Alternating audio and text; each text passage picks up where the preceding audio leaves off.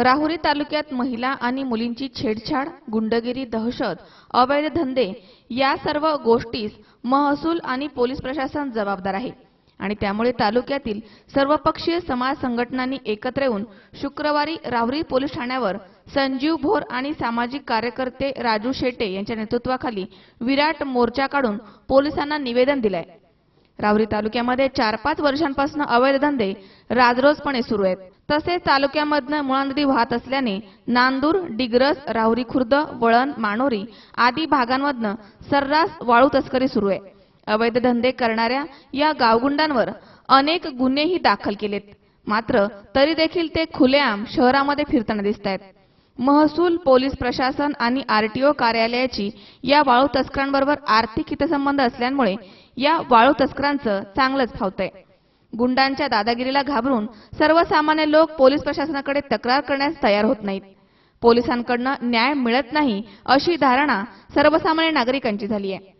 8 दिवसांपूर्वी तालुक्यातील धामोरी येथील संजीव उगले या तरुणास मारहाण करून त्याचे अपहरण करण्यात आलं। फिर्याद दाखल करून देखील आरोपींवर कोणत्याच प्रकारची कारवाई केली गेली नाही। मुळानगर परिसरामध्ये एका विशिष्ट समाजाने अनधिकृतपणे वास्तव्य केलंय। परगावात गुन्हे करून मुळानगर परिसरामध्ये त्यांनी आश्रय घेतलाय।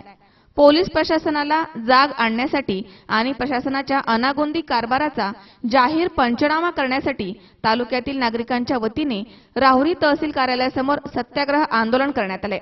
या संदर्भातील निवेदन पोलिसांना देण्यात आले। या निवेदनावर राजूभाऊ शेटे, रवींद्र मोरे, ॲडव्होकेट राहुल शेटे, कांता तनपुरे, सचिन मुसमाडे, अनिल इंगळे, राजेंद्र उंडे, आबासाहेब शेटे, रोहित नालकर आदींच्या सह्या आहेत। संभाजी उगलेला आहे ना 12 तारखेला गुन्हा दाखल झालेला आहे। 12 तारखेला गुन्हा दाखल होऊन अद्याप तो एकही आरोपी अटक नाही आणि संभाजी उगले युवक नामाचा मुलगा आजही त्यांच्या ताब्यात आहे आणि त्यांनी त्याची सुटका केलेली नाही म्हणून इतक्या मोठ्या संख्येने आम्ही इथे येऊन त्याचा निषेध व्यक्त केलेला आहे। आणि या गुंड लोकांचे जे अवैध धंदे चालू आहे त्या धंद्यावरती यांनी आळा बसवलं पाहिजे यासाठी केलेलं आहे, हे आंदोलन केलेलं आहे। आणि याच्यानंतर ज्या महिला भगिनी आहेत, नांदूरचा एक प्रश्न आहे, तिथं शाळेवरती जे मुलं जातात त्या मॅडमला डोळे मारतात। त्या वर्ग सुटल्यानंतर हे मुलं तिथं जाऊन त्या मुली बाहेर आल्यानंतर त्यांच्याकडं तोंड करून लघवी करतात। या गोष्टी अन्यायकारक आहे आणि तिथले कुठेही लोक कुठलेही त्यांच्याकडे लक्ष देत नाही आणि म्हणून हा लढा आम्ही तालुक्यातले वाळू तस्कर असतील, गुन्हेगार असतील यांना कसा हैदोस सध्या सुरू आहे आणि पोलीस आणि महसूल काही करत नाहीये का? काहीच करीत नाही त्या कारवाई।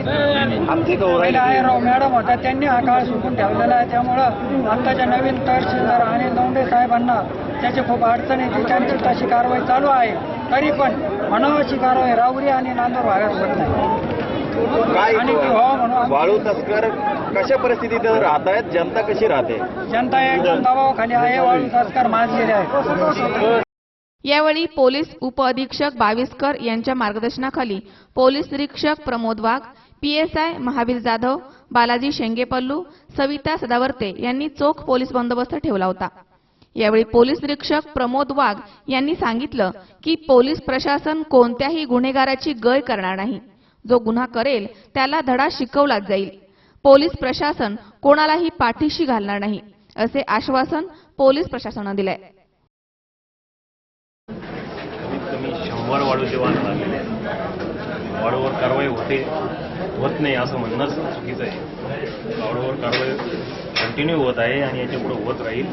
तहसीलदार साहेब आणि आम्ही स्वतः याच्यात इंटरेस्ट घेऊन कंटिन्यू वाळूची याच्यावर कारवाई करत राहतो। त्याचप्रमाणे आमच्याकडे 354चे 3 गुन्हे दाखल झाले। 24,000 चार्जशीट माननीय न्यायालयात आम्ही दाखल केले आहे। माझं पुन्हा एकदा आव्हान आहे, जो कोणी मध्ये काही छेडछाड करतो त्याच्याविरुद्ध ओपन पुढं येऊन गुन्हा दाखल करावा, त्याच्यावर कारवाई तात्काळ होईल। तमना राखड्याच्या लोकांनी माझा सहकार केला या बाबतीत, तो मी चांगली कारवाई केली म्हणूनच केला असावा असं मत आहे। त्याचप्रमाणे जे कोणी गुंड प्रवृत्तीचे लोक आहेत त्यांच्यावर आमची कारवाई चालूच आहे आणि यापुढेही चालू राहील। ज्यांचे ते 395 नाव आहेत ते लॉकअपमध्ये राहतीलच, हे 100%। मुलींची छेडछाड आणि गुंडगिरीच्या विरोधात निघालेल्या या विराट मोर्चा दरम्यान एका महिला पोलीस कर्मचाऱ्याची छेडछाड केल्याची घटना घडली आहे. मोर्चामध्ये घोषणा देणाऱ्या एका तरुणाने महिला पोलीस बंदोबस्ताला उभ्या असलेल्या ठिकाणी उभा राहून मोबाईलवर सेल्फी काढण्यास सुरुवात केली. महिला पोलिसांच्या लक्षात येताच त्यांनी संबंधित तरुणाला ताब्यात घेऊन त्याला चांगलीच समज देऊन त्याला नंतर सोडून दिलाय. सतीश फुलसौंदर सह मनोज साळवे, सी 24 तास, राहुरी.